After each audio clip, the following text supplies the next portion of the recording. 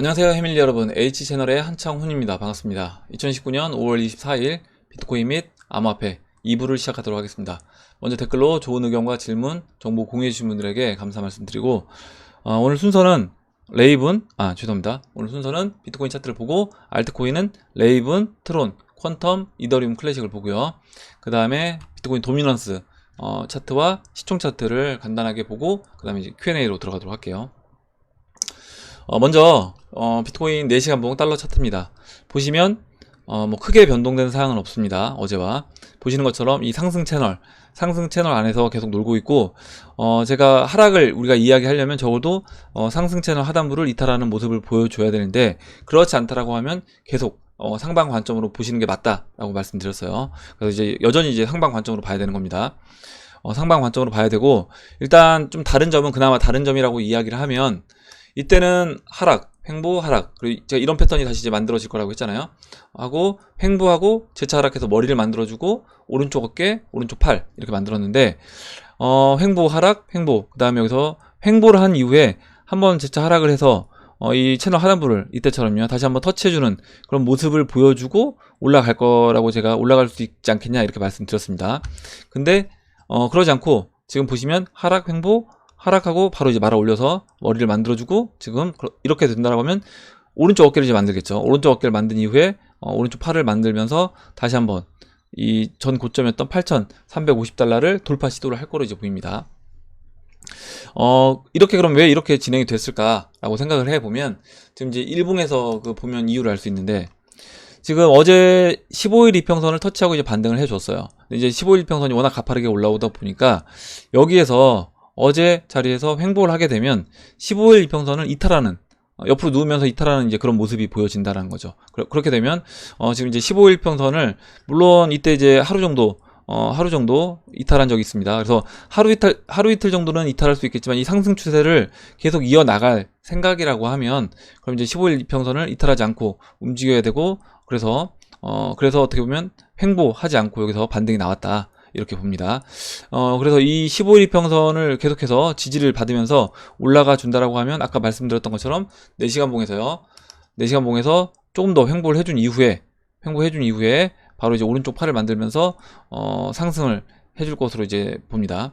이렇게 보고, 이렇게 됐을 때 그 이후의 흐름이 어떻게 될 것인가. 그거는 일단 여기서 이때처럼요. 이때 보시면 5,600달러를 넘어가 줍니다. 넘어가주고 다시 한번 눌러주죠. 눌러주고 그 이후에 시간을 좀 더 보낸 이후에 이제 큰 상승이 나왔어요. 그러면 저는 이제 이 패턴과 지금 비슷한 움직임으로 진행이 될 수 있다. 무슨 얘기냐면, 이 채널 안에서 여기서 횡보하다가 올라갑니다.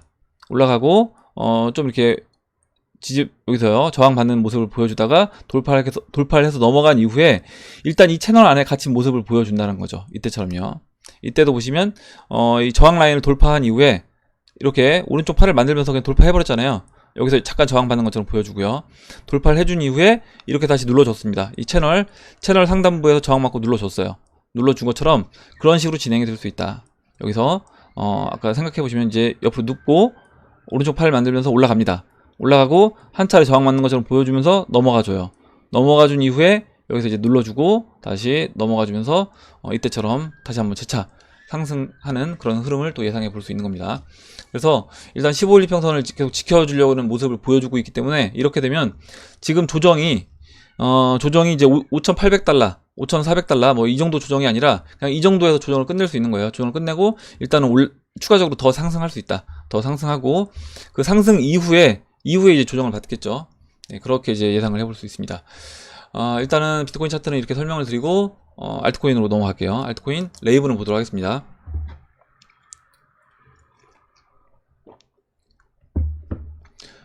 보시면 작년 그리고 이제 올해 레이븐 같은 경우는 이제 올해 크게 상승을 한 종목이고요. BTC에서. 그리고 리플, 트론, 웨이브 같은 경우는 또 작년에 이제 큰 상승을 했습니다. 보시면 일단 종목 자체가 약간 나눠지는데, 제가 지금 오늘 말씀드릴 두 종목, 레이븐하고 트론은 시장에서 어떻게 보면 꾸준히 계속 성장을 하고 있는 이제 그런 모습들의 알트코인이 될 수 있고, 퀀텀하고 이더리움 클래식은 지금 레이븐이나 트론에 비해서는 약간 처지는 그런 코인이 될 수 있습니다. 상대적으로. 그 부분을 이제 말씀을 드릴 건데, 한번 비교해서 보시면 좋을 것 같아요. 레이븐 같은 경우는 이렇게 올해 2월 달부터 큰 상승을 했습니다. 큰 상승을 하고 쉬어준 이후에요. 비트코인이 상승하면서 추가적으로 조정을 깊게 받았죠. 200일 이평선까지 조정을 받았습니다. 200일 이평선까지 깨는 모습을 보였어요. 이렇게 하락세경을 그리고 이제 돌파를 했습니다. 거래량이 실리면서 일단 돌파를 했고 200일 이평선에 이제 안착한 모습입니다. 지금 이제 단기 이평선 50일 이평선이 위에 있어요. 워낙 가파르게 올라오다가 지금 조정을 받았기 때문에 아직 200일 이평선과 120일 이평선은 올라오고 있는 중인 것이고, 여기서 지금 조정을 받으면서 여기까지 눌러줬습니다. 그러면 레이븐 같은 경우는 지금 장기 이평선들은 정배열이 되어 있어요. 단기 이평선만 역배열이 되어 있고요. 그러면 여기에서 다시 상승을 해주면 바로 단기 이평선을 정배열을 만들어주면서 완전히 이평선들을 정배열로 다시 바꿔줄 수 있는 겁니다. 그래서 이제 레이븐은 알트코인들이 이번에 상승 흐름으로 진행된다라고 하면 레이븐도 조정을 다른 알트코인들에 비해서 좀 짧게 받는 거예요. 왜냐면 보시면 지금 4월 달부터 3월 말에 고점 찍고 지금 4월하고 이제 한 달 반 정도만 조정을 받고 조정을 마무리하고 상승 흐름으로 바로 이제 얘는 넘어갈 수 있는 겁니다. 그러면 굉장히 좋은 흐름인 거죠. 알트코인들 중에 이렇게 볼 수 있고요. 그리고 올해 초 저점보다 저점을 높인 상태에서 다시 이제 반등을 해주는 겁니다. 트론도 마찬가지예요. 레이븐하고 약간 속도의 차이는 있습니다. 트론 같은 경우는 작년 말부터 상승을 시작해서 올해 초에 큰 상승을 한번 해주고 그 다음에 조정을 받았는데, 이 조정받은 기간이 보시면 1월 27일부터 지금까지 이제 조정을 받은 거예요. 그래서 거의 뭐 4개월 정도 조정을 받았습니다. 조정을 받았고 그래도 트론도 이제 좋은 건 뭐냐면 보시는 것처럼 작년 저점보다는 높은 상태에서 조정을 마무리하고 반등이 나왔습니다. 거래량 실리면서 반등이 나왔고, 이 하락세경을 옆으로 누우면서 돌파한 이후에 지금 보시는 것처럼 15일 이평선에 일단 매달려 있는 모습인데, 이거는 지금 장기 이평선인 200일 이평선과 120일 이평선이 완전히 역배열되기를 지금 기다리고 있는 거다라고 보시면 될 것 같습니다. 그래서 한 이틀 정도 뒤 시간이 지나면 120일 이평선이 200일 이평선을 이제 깨고 내려갈 것으로 이제 보여요. 그렇게 되면 오히려 그때는 다시 한번 트론도 상승 흐름으로 진행이 될 수 있다, 이렇게 봅니다. 먼저 일단 15일 이평선 위에 안착을 해주고, 그다음 물론 뭐 15일 이평선에 바로 올라가는 게 아니라 15일 이평선에 안착한 이후에 50일이 아니라 이제 웨이브라든가 이런 코인 같은 경우 보니까 지금 15일 이평선 안착하기 전에 그냥 한 번에 50일 이평선까지 올려버리는 경우도 있습니다. 그래서 이제 그런 식으로도 진행이 될 수 있어요. 왜냐면 50일 이평선도 지금 가파르게 내려오고 있기 때문에 여기서 옆으로 그냥 누우면서 옆으로 누우면서 50일 이평선이 더 내려옵니다. 그러면서 이제 역배열 완전 이평선이 데드크로스가 나면서 역배열이 되죠. 그 이후에 이제 50일 이평선까지 한 번에 그냥 넘어가 줄 수 있는 그런 형태로 진행이 될 수 있는 겁니다. 어찌됐든 이제 트론도 이제 웨이브와 마찬가지로 웨이브, 트론, 뭐 레이븐과 마찬가지로 이렇게 작년 저점보다는 어찌됐든 저점을 높였다. 이 저점을 BTC 마켓에서 저점을 높였다는 건 어떻게 보면 이게 이 해당 알트코인들이 어찌됐든 조금씩이나마 성장을 하고 있다, 이렇게 볼 수 있는 겁니다. 그런데 이제 퀀텀이라든가 이더리움 클래식은 약간 달라요. 퀀텀은 지금 보시면 지금 이 밑에 그린 수평선 45,000 사토시가 올해 2018년도 저점이고요. 그리고 보시면 위에 있는 이 59,000 사토시, 뭐 6만 사토시로 볼 수도 있는데, 이 59,000 사토시가 2017년도 저점입니다. 근데 2017년도 저점보다 2018년도 저점이 더 낮고, 그리고 이제 2019년도 저점이 더 낮아졌어요. 물론 지금 단기적인 흐름은 퀀텀도 마찬가지로 일단 이 하락 채널을 돌파해서 15일 이평선에 안착한 이후에 지금 왔다 갔다 하고 있습니다. 그리고 완전 이동평균선을 역배열로 만들어줬기 때문에 단기 흐름은 일단 변곡이 됐고 변곡점에 이르렀고 하락을 마무리했습니다. 하락을 마무리했고 여기서 이제 상승 흐름으로 진행이 될 수 있는데, 전체적인 그림으로 봤을 때 전체적인 그림에서 퀀텀 같은 경우는 다른 알트코인, 아까 말씀드렸던 레이븐이라든가 트론에 비해서는 약하다라는 거죠. 그러면 우리가 이제 만약 퀀텀을 갖고 있다라고 하면 이런 퀀텀 같은 코인은 제가 봤을 때 이제 올라올 때 이번에 시장이 알트코인들이 상승이 나와서 올라와 준다라고 하면 저는 이제 물량을 좀 많이 축소하는 게 좋지 않을까, 이렇게 지속적으로 성장하는 모습이 아니라 저점을 낮추고 있기 때문에 연도별로요. 2017년도보다 더 2018년도가 저점이 낮고 또 2019년도가 더 낮아졌기 때문에 물론 이제 그게 뭐 절대적인 건 아니겠지만 그래도 오히려 이제 어떻게 보면 이제 성장하는 코인들을 항상 비중에 포트폴리오에 더 많이 두는 게 좋잖아요. 그런 측면으로 본다라고 하면 비중을 좀 이번 상승에서 많이 좀 줄여주는 게 좋지 않을까. 물론 다른 알트코인들도 마찬가지입니다. 이번 상승의 알트코인들이 도미넌스가 하락해주면서 알트코인들이 충분히 펌핑이 나온다라고 하면 전반적으로 알트코인들을 정리를 다 해줘야 되는데, 정리를 해주면서 포트폴리오를 한번 정비를 해주실 때 우리가 어떤 대형 알트코인에 집중을 할 것인가라고 하면 성장하고 있는, 성장하고 생태계를 확대시키는 그런 알트코인에, 그러니까 뎁들이 만약 플랫폼이라고 하면 뎁들이 꾸준히 늘어나면서 성장하는 코인이 되겠죠. 그런 코인에 좀 더 이제 비중을 실어서 다시 포트폴리오를 짜는 게 좋다. 예, 이렇게 말씀드리고, 다음으로 마지막으로 오늘 이더리움 클래식을 보도록 할게요. 이더리움 클래식도 퀀텀하고 이제 비슷하긴 한데 퀀텀보다는 조금 낫습니다. 왜 그러냐면 지금 이 99,000 사토시가 보시는 것처럼요, 2018년도 저점이기도 하고 2017년도 저점이기도 합니다. 그래서 2017년도 2018년도 둘 다 일단은 이때는 저점을 지지를 해줬어요. 이 99,000 사토시를 지지를 해줬고, 현재는 일단 9만 사토시까지 내려와 있는 상태인데, 일단은 이 작년 그리고 재작년 저점을 이탈한 이후에 하락세 경에서 여기서 이제 거래량이 어느 정도 실려주면서 강하게 이제 장대 양봉 3개를 만들어주면서 돌파한 이후에 바로 15일 이평선에 안착을 했습니다. 물론 작년 저점을 윗꼬리 달고 넘어가 주긴 했는데 다시 재차 맞고 내려와서 지금 15일 이평선에서 이제 기다리고 있는데, 일단 흐름 자체가 나쁘지가 않아요. 퀀텀보다는 그나마 좀 좋다는 거죠. 이더리움 클래식이 좋고, 여기서 지금 이평선들이 역배열되어 있습니다. 이더리움 클래식도 마찬가지로 완전 역배열되어 있는 상태에서 15일 이평선에 안착을 했기 때문에 언제든지 여기서 상승, 이와 같은 상승이 한 차례 나와준다라고 하면 바로 이더리움 클래식 같은 경우는 장기 이평선 위로 넘어가서 안착을 해주고, 그 이후에 다시 단기 평선을 땡겨준 이후에 재차 이제 다시 상승 흐름으로 이제 진행이 될 수 있지 않을까, 이렇게 봅니다. 그래서 지금 일단 이더리움 클래식과 퀀텀 그리고 레이븐하고 트론 이렇게 좀 나눠서 비교를 해보시면 좋을 것 같아요. 그러니까 이런 코인들, 그러니까 저점이 좀씩 낮아지는, 뭐 지켓이도 저점을 깨고 내려왔잖아요. 그래서 이런 식으로 저점이 낮아지는 알트코인들과 저점을 조금이나마 높이는 알트코인들, 이런 것들을 좀 분류해서 보신다라고 하면 여러분들 포트폴리오를 짤 때 30위권, 똑같이 30위권 안에 있는 그 대형 알트코인들을 가지고 포트폴리오를 짠다고 하더라도 되도록이면 BTC 마켓에서 조금씩이나마 성장하고 있는 그런 모습이 보여지는 코인들을 좀 비중을 실는 게 전 좋지 않을까, 이렇게 생각을 합니다. 예, 이렇게 보고 도미넌스 차트를 보도록 할게요.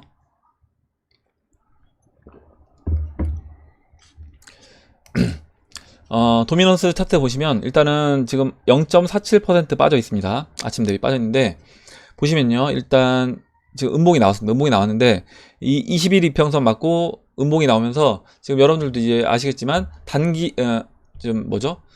소형 알트코인들이 펌핑이 나오고 있습니다. 대형 알트코인 말고 소형 알트코인들이 펌핑 나오고 있는데, 여기에서 지금 소형 알트코인이 펌핑이 나오면서 이렇게 음봉이 나왔잖아요. 이게 아니라 이때처럼 이런 모습이 나와줘야 되는 겁니다. 무슨 얘기냐면 이때 이렇게 장대 음봉이 3개가 나왔는데, 도미넌스 차트에서 이 장대 음봉이 3개 나왔다는 건 뭐냐면 결국에 이때 이더리움 그리고 리플 그리고 비트코인 캐시, 이런 식으로 대형 알트코인들, 시총을 크게 차지하는 대형 알트코인들이 큰 상승을 해주면서 도미넌스가 이렇게 확 빠졌습니다. 그러면 지금도 마찬가지로 여기서 이렇게 N자 하락을 해주려고 하면 소형 알트들 펌핑 보다는 대형 알트들이 이제 움직여줘야 된다. 그리고 지금 여기서 이제 N자 하락이 시작된다라고 하면 분명히 이제 대형 알트들이 움직일 타이밍이 오고 있다. 리플, 비트코인 캐시, 그리고 뭐 이더리움, 이런 대형 알트코인들이 움직일 타이밍이 지금 오고 있는 겁니다.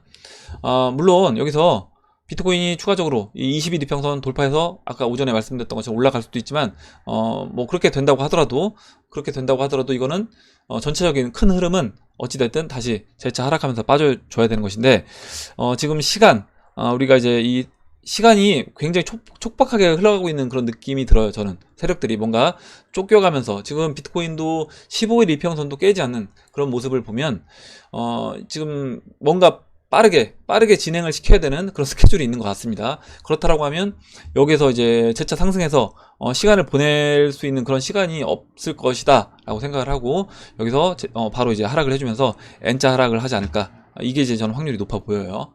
확률적으로 얘기했을 때 높아 보이고, 이렇게 N자 하락한 이후에 한 차례 이제 지지를 받고 이 추세 라인에서 지지받고 그 다음에 다시 반등 한번 해주고 재차 하락하면서 이 52.5 그리고 지금 중요 지지 라인이 57.5와 52.5입니다. 근데 57.5는 이때 한번 반등을 해준 라인이에요. 그래서 이번에 하락한다라고 하면 이번엔 57.5를 깨줄 것이라고 이제 예상을 합니다.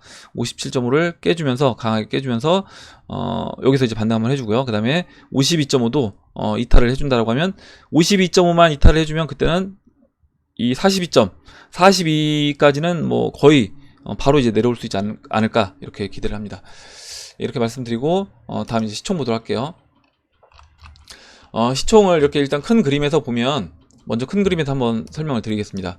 보시면 현재 시총 차트가 이제 2380억이에요. 2380억 달러.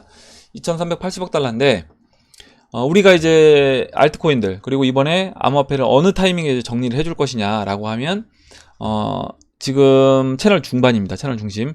채널의 중심인데 이 채널의 중심이 7,500억 달러에서 범위를 좀 말씀드린다라고 하면 이제 9천억 달러입니다. 7,500억 달러에서 9천억 달러예요. 그러면 현재가 2,380억 달러고요. 그러면 거의 이제 한 3배에서 4배 정도 3배에서 한 4배 정도 상승할 수 있는 겁니다. 시총 자체가 3배에서 4배 정도 상승할 수 있는 거고 지난번에 보시면요. 지난번에 시총이 상승해서 2,590억 달러 됐을 때 아마 여러분들도 계좌 많이 좋아졌을 거예요. 근데 지금 2,590억 달러 됐을 때도 계좌가 좋아졌는데 지금 만약에 이제 9천억 달러, 뭐 7,500억 달러까지 시총이 올라온다라고 하면 저는 이제 아마 여러분들 그 계좌도 굉장히 풍성해지지 않을까 이렇게 생각을 합니다. 거기에 더해서 여기서 우리가 이제 한 가지 알 수 있는 부분은 뭐냐면 지금 시총 자체가 한 3.5배, 3배에서 4배 정도, 3.5배 정도 올라가는데 비트코인은 그 정도는 아니라는 거예요. 무슨 얘기냐면 비트코인은 채널 중심이 전고점보다 좀 낮거나 전고점 근처입니다. 그렇다라고 하면 지금 이제 8,000달러에서 전고점 2만 달러라고 하면 한 2배 좀 넘는 거죠. 2배 좀 2.5배 뭐 정도 됩니다. 그러면요. 이렇게 보실 수 있는 거예요. 시총 자체가 3.5배 올라가는데 비트코인은 2.5배 올라간다라고 하면 알트코인들은 보통 평균적으로 한 5배 정도 올라가지 않을까 이렇게 생각을 하고 5배 정도 올라가는데 거기서 이제 순환 펌핑을 돈다라고 하면 순환매를 돈다라고 하면 알트코인들 올라갈 때는 알트코인들 올라가서 피크를 해당 알트코인들이 피크를 찍을 때는 거의 10배에서 많이 올라가는 건 뭐 20배까지 이런 식으로 상승하는 종목들이 저는 나올 수 있다. 특히 이제 또 시총 낮은 종목들은 뭐 더 올라갈 수도 있는 거고요. 그렇게 이제 보시면 될 것 같습니다. 그래서 이번에 이제 상승 나왔을 때 아까 말씀드렸던 것처럼 포트폴리오를 좀 재정비하는 그런 시간으로 이제 가지시면 좋겠어요. 그래서 아까 말씀드렸던 뭐 시장에서 BTC 마켓에서 성장하지 못하고 있는 그런 코인들은 비중을 최대한 현금화하시고 오히려 성장할 수 있는 그런 코인들로 다음번 포트폴리오를 만들 때는 만들어 나가면 좋을 것 같습니다. 예, 이렇게 설명드리고 Q&A로 들어가도록 할게요.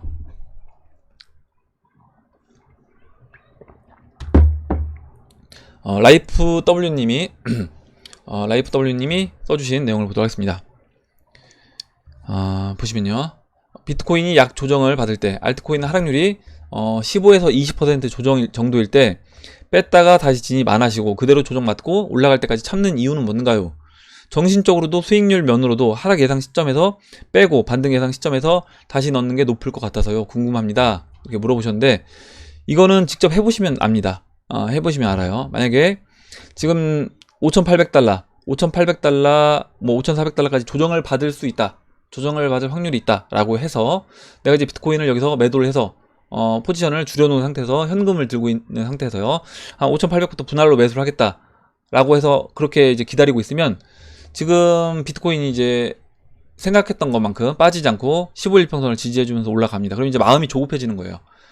그래서 제가 항상 말씀드리지만 뭐냐면 내 마음이 올라도 좋고 빠져도 좋고 제자리에 있어도 좋아야 되는 겁니다. 만약에 내가 여기서 조정을 예상해서 암호화폐 비중을 확 줄인 다음에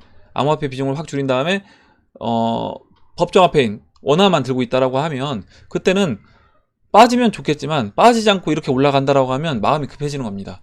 왜냐면 저는 이제 시장 보는 걸 지금 적어도 앞으로 이제 상승을 해준다라고 하면 시총이 3배 3배, 4배 이렇게 올라갈 수 있는 그런 상승 여력이 있는 시장이라고 보고 있는데, 여기서 어설프게 조정을 예상해서 현금화 하게 되면 굉장히 그게 이제 스트레스라는 거죠. 내 포지션을 잃은 게 스트레스인 겁니다.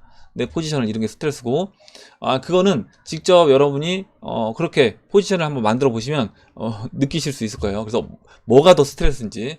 그래서 항상 내 마음이 올라도 좋고 빠져도 좋고 제자리에 있어도 좋은 그 포지션을 한번 생각해 보시면 될 것 같아요. 그래서 정신적으로도 좋은 게 아닌 겁니다. 정신적으로 오히려 더 스트레스예요. 포지션 없는 게. 그리고 수익률 면으로도 하락 예상 시점에서 빼고 반등 예상 시점에 다시 넣는 거, 이거를 안다는 거는 신인 겁니다. 신. 제가 계속 말씀드리지만, 제가 뭐 이렇게 예상을 해도, 그렇게 진행될 확률이 높다고 해도, 그렇게 진행 안 될 확률이 10%만 있어도요, 그 10%가 해당될 수 있는 거예요, 이번에. 그러면 당연히 그 수익률 면에서 그러니까 9번 그렇게 먹다가 한 번의 매매 실수, 포지션 실수로 벌 수 있는 기회를 놓칠 수 있는 겁니다.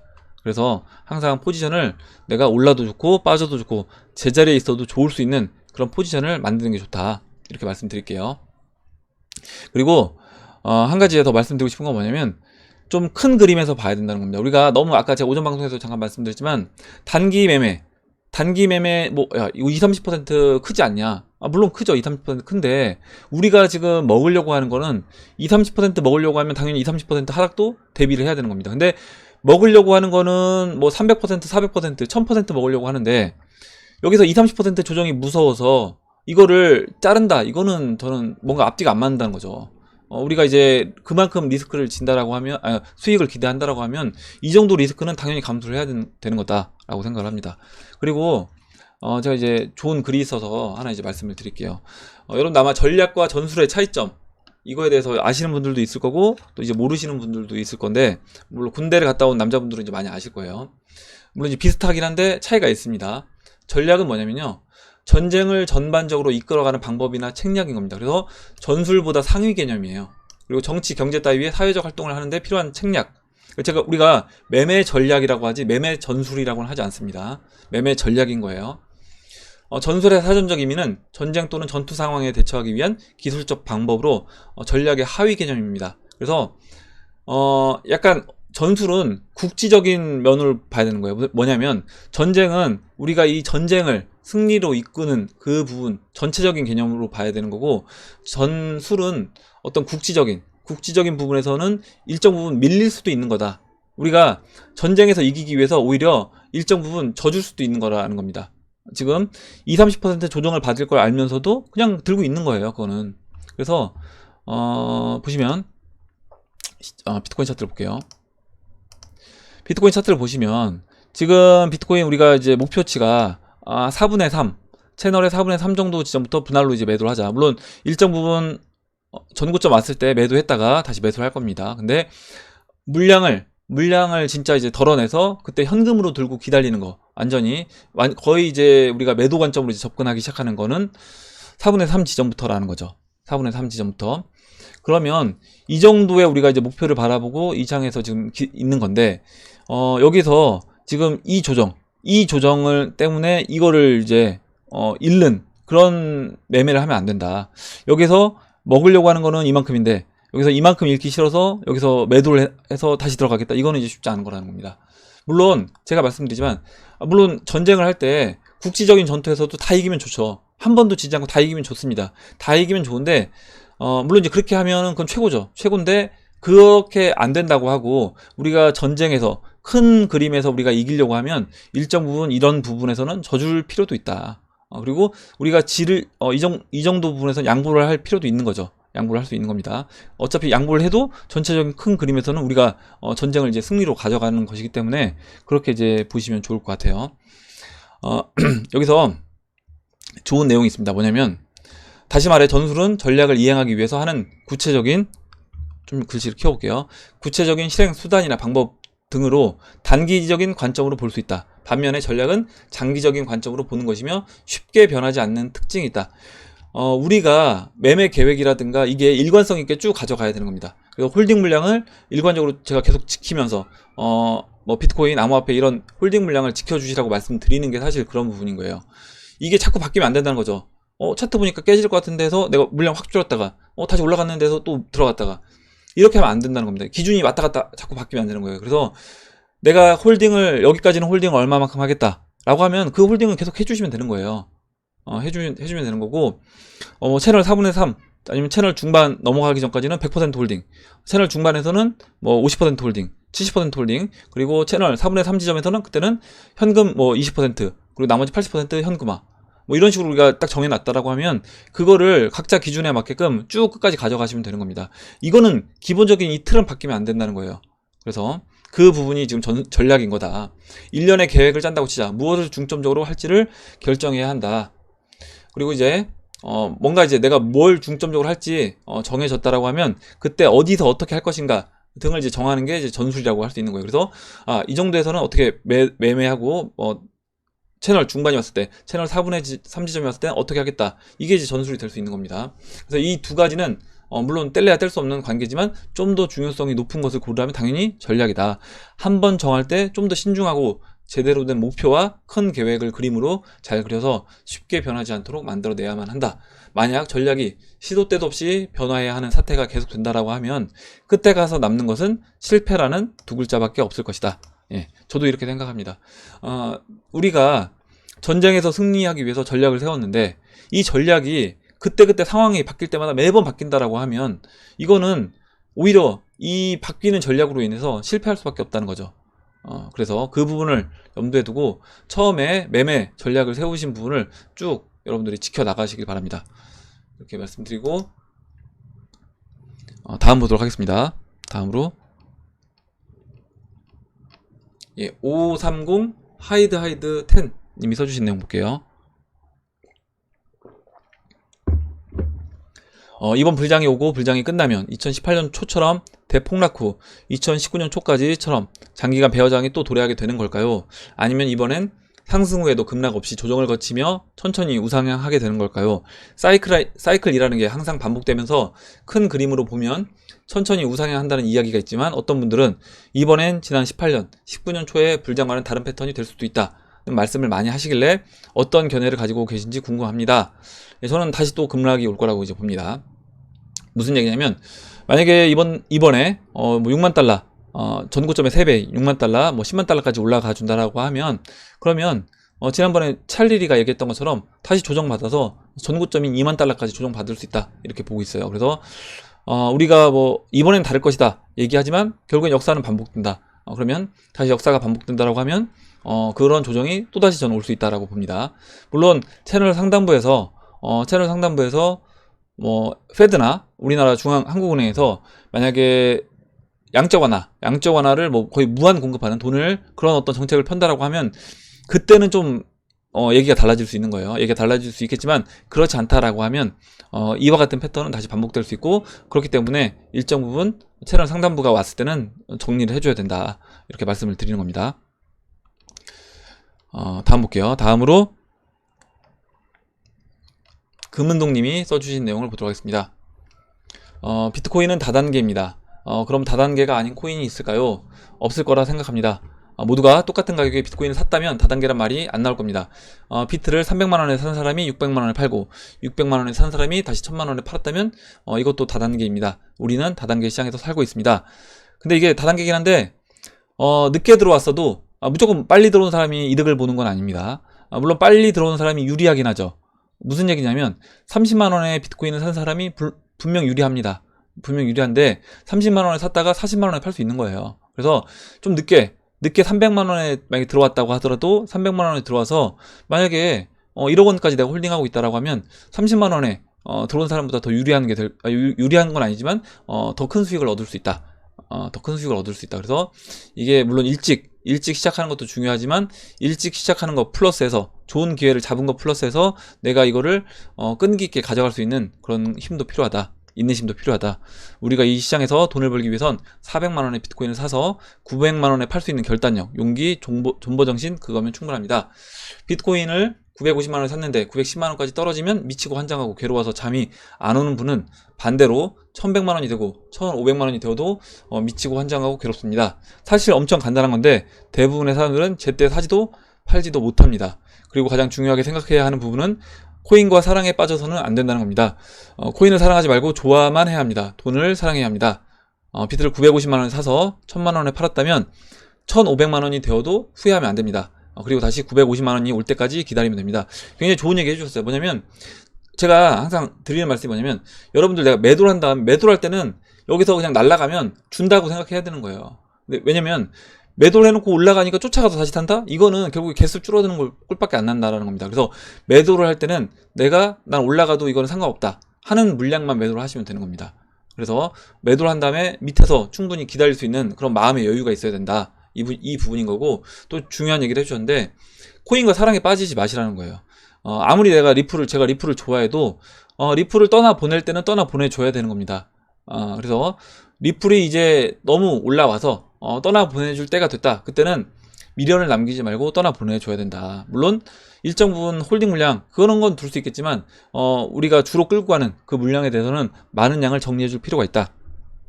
비트코인도 마찬가지고 뭐 이더리움도 마찬가지입니다. 이게 이제 안 되면 큰 수익을 이제 거두기가 쉽지 않은 거예요. 그래서 어떤 분들은 난 이거는 너무 사랑하기 때문에 절대 얘를 떠나 보낼 수 없어 이렇게 생각하시는 분들도 계실 건데 그렇게 하시면 안 된다는 거. 예, 그래서 사랑에 빠지면 안 된다. 애인이 아닙니다. 예, 그리고 다음으로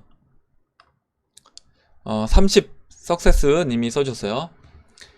지금이 2019년 5월 23일인데 리플이 갑자기 반등하는 시기가 궁금합니다. 예, 모릅니다. 일단은 뭐 충분히 어느 타이밍에 올라와도 저는 이상하지 않다라는 거 보고 있어요. 뭐냐면 리플 지금 제가 오늘은 설명 리플 안 드렸죠. 예, 어제 드렸던 걸로 기억을 하는데 뭐 리플도 마찬가지고 지금 알트코인들 대부분이 변곡점에 왔기 때문에 어느 타이밍에 상승을 해도 전혀 이상하지 않다.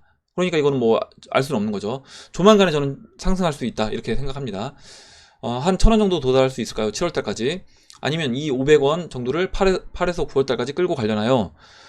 답변 부탁드립니다 해주셨는데 저는 왜 이런 게 궁금하실까도 이제 궁금해요. 제가 지금 이 30 석세스님이 이게 이제 내가 1000원까지 7월달까지 1000원에 도달할 수 있을까 이게 궁금한 거는 왜 이런 게 궁금하냐면 결국에 내가 만약에 이게 된다라고 하면 여기서 뭔가 무리하게 배팅을 한번 해볼까? 이런 생각을 하신다라고 하면 이건 안 된다는 거예요. 그러니까 투자를 할 때 항상 제가 모든 경우의 수 그리고 이게 내가 가장 최악의 경우까지 고려를 해야 되는 겁니다.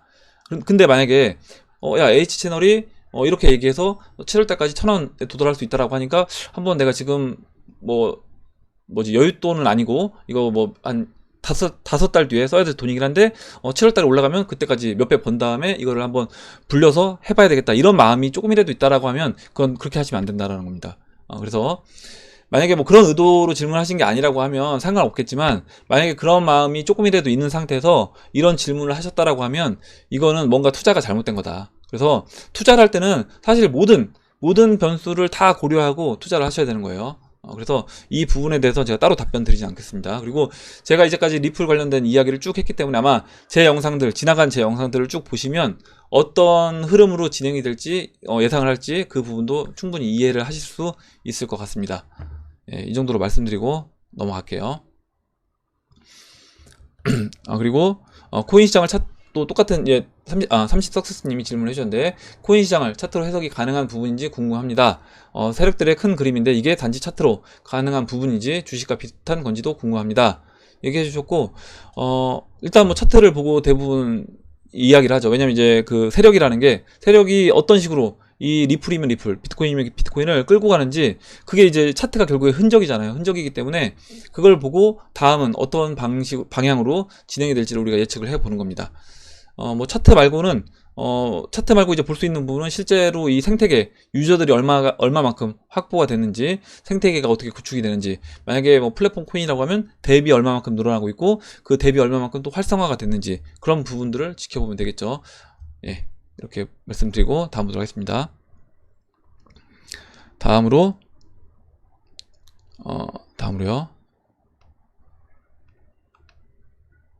잠깐만요. 지금 30 석세스님 했고 다음으로 이제 박태평님이 질문해 주신 내용을 보도록 하겠습니다.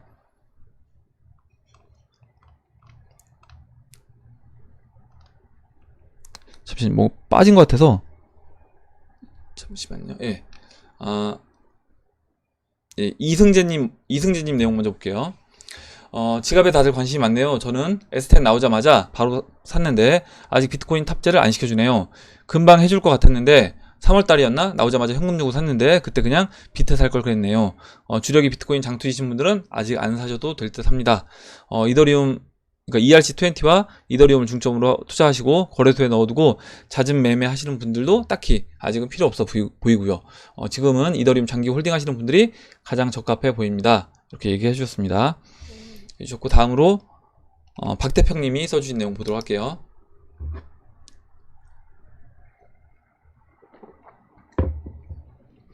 지금 7,000달러를 하방 돌파하는 조정이 올 것이고 와야만 한다는 트레이더들이 다수가 되어가고 있는 것 같습니다. 조정 없는 상승이 너무 길었다고들 하더군요. 큰 조정 없는 상승 기간이 지금 국면보다 길어진 구간은 별로 없나요? 다수 트레이더들이 하방을 말하는 시점이 되니까 청개구리처럼 상승에 배팅하고 싶어지네요. 비합리적일까요? 아닙니다. 비합리적이 아니라 오히려 이제 잘 보시는 거라고 봅니다. 뭐 4,200달러 그리고 5,400달러 돌파할 때도 마찬가지였어요. 4,200달러 돌파할 때도 RSI가 뭐 87까지 올라오면서 야 이렇게 됐을 때는 막 30% 조정받았다.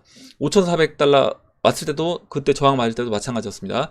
하방 보시는 분들이 여러 가지 이제 이유를 보시면 되면서 하방을 봤는데 지금 오히려 박대평님 이 의견처럼 너무 다수 트레이더들이 하방을 본다라고 하면 오히려 역으로 세력은 그걸 역으로 올려버릴 수 있는 겁니다. 그리고 금 차트를 보면 그 전고점까지 올라갈 때 큰 조정 없이 쭉 올라왔어요. 물론 이제 중간중간에 조정이 있었습니다.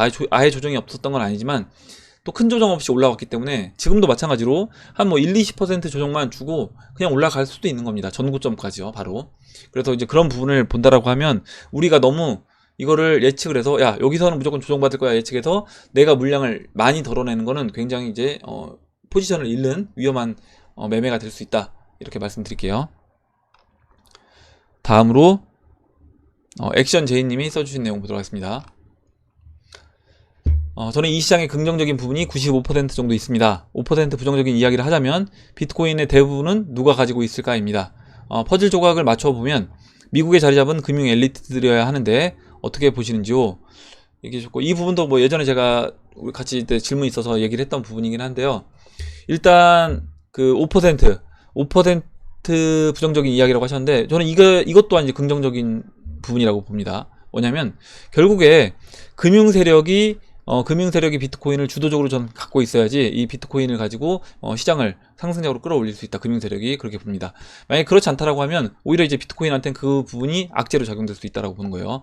만약에 금융 세력이 비트코인을 상당수를 가지고 있지 않고 오히려 다른 뭐 중국 채굴자들이 갖고 있다거나 아니면 중국 뭐 다른 세력이 비트코인을 상당수를 가지고 있다라고 하면 오히려 비트코인한테는 그 부분이 저는 악재로 작용될 수 있다. 그래서 금융 세력이 갖고 있는 것이 또한 저는 비트코인한테는 그 부분이 이제 긍정적인 부분이다, 이렇게 보고 있고, 저는 비트코인도 금융 세력이 상당수 갖고 있지 않을까 이렇게 생각을 합니다. 물론 이거는 이제 검증할 수는 없어요. 검증할 수 없고 이야기만 서로 이제 계속 왔다 갔다 하고 있긴 한데 의견은 다릅니다. 다른데 저는 일단 그렇게 보고 있습니다. 다음으로 YH리님이 유튜브 보다가 화폐 개혁에 관한 방송이 있어서 소개합니다. 10분짜리 영상이니 한번 보시길. 정부는 이미 화폐 개혁할 만반의 준비를 마쳤다. 부자들은 벌써 준비하고 있다. 라는 제목으로 4월 2일인가 올라온 영상입니다. 내용은 직접 보시고 우리가 화폐 개혁이 된다는 가정하에 대응을 한다면 금을 사모으든지 달러를 모으든지 부동산 등을 사오든지 등의 내용입니다. 얘기해주고 이제 봤어요. 10분짜리 영상이어서 봤는데 일단 보니까 뭐 달러를 준비한다, 부자들이 달러를 준비한다, 뭐 부동산을 산다 이렇게 얘기를 하더라고요. 근데 저는 이제 부동산은 화폐 개혁이 있을 때 오히려 정부가 화폐 개혁을 하는 의도가 뭘까? 만약 정부가 화폐 개혁을 이번 정부에서 한다라고 하면 왜 화폐 개혁을 할 것인가? 뭐 그 부분을 생각해 본다라고 하면 화폐 개혁을 하는 이유가 이거가 될 수 있다는 거죠. 뭐냐면 부동산이 뭐 IMF, 1998년도 IMF 때처럼 2008년도 서프라임 때처럼 부동산 가격이 급락을 한다라고 했을 때 그 부동산 가격을 끌어올리기 위해서 어느 정도 지탱해 주기 위해서 화폐 개혁을 한다라고 하면 그때 그거를 빌미로 우리가 아마 대부분 투자자들이 투자자가 아니라 대부분 대중들이 암호화폐에 어떤 눈을 돌리기보다는 부동산 시장으로 이제 눈이 몰릴 것 같아요. 그래서 오히려 근데 부동산을 그러면 고가에 받쳐주는 꼴이 될 수 있다. 그래서 저는 이제 부동산보다는 지금 우리는 이미 제 영상, 그 H채널, 우리 해밀리 가족분들은 이미 어떻게 보면 이 화폐 개혁 부분에서는 준비가 어느 정도 다 된 분들이라고 봅니다. 이게 아니라 그 암호화폐 투자를 아예 안 하고 있는 분들, 암호화폐 투자를 아예 안 하고 있는 분들이 이제 걱정이죠. 그분들은 달러를 일정 부분 보유를 하든지 엔화를 보유하든지 이렇게 하셔야 되는 겁니다. 달러, 엔화 이것도 안 됐을 때 이제 땅인 거예요. 부수적으로. 그러니까 제가 말씀드리고 싶은 건 엔화 순서를 얘기한다라고 하면 가장 먼저 이제 암호화폐죠. 암호화폐를 비중을 가장 많이 두는 게 좋고, 그 다음에 엔화, 달러, 그리고 그 다음에 이제 은화고요. 그 다음에 금이고, 그 다음에 이제 부동산으로 보는 겁니다.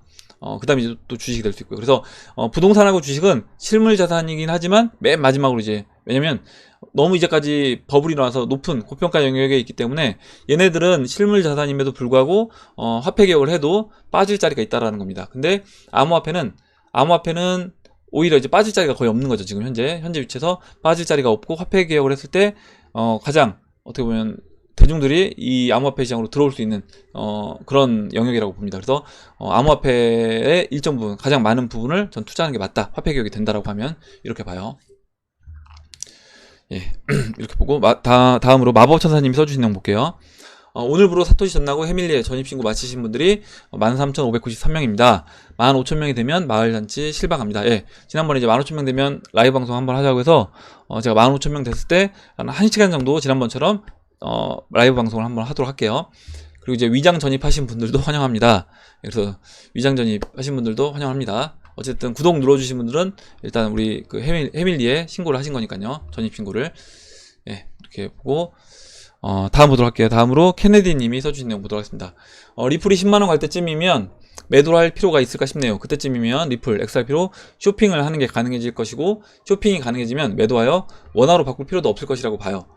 주식은 팔아야 물건을 살 수 있지만 코인은 매도하지 않아도 코인 자체로 쇼핑이 가능한 날이 머지 않았다라고 생각합니다. 그러므로 10만원짜리 암호화폐 화폐를 팔 수 있을까라는 걱정은 안 하셔도 될 거라고 봅니다.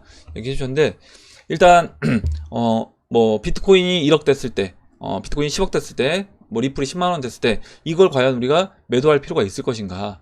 근데 저는 일단 매도할 필요가 있다라고 봅니다. 매도할 필요가 있고, 우리가 이 암호화폐 시장이 그 S커브 곡선에서 완전 성숙 단계로 들어가서 이게 대중화가 되려면 시간이 좀 더 걸릴 것이고, 그거는 언제쯤 되냐면 지금 법정화폐가 거의 화폐 가치를 잃는 그 수준까지 와야 된다라고 하면, 그 전까지는 이 암호화폐는 계속 변동폭이 큰 상황으로 이제 진행이 될 거라는 거예요. 그러면 지금 시장처럼 비트코인이 올라갔다가 뭐 7, 80% 조정받고요, 또 상승했다가 또 7, 80% 조정받고, 이런 식으로 이게 몇 사이클 더 돈다라고 하면 당연히 일정 부분은 현금화를 했다가 다시 한번 매매를 할 필요가 있지 않을까, 이렇게 생각합니다.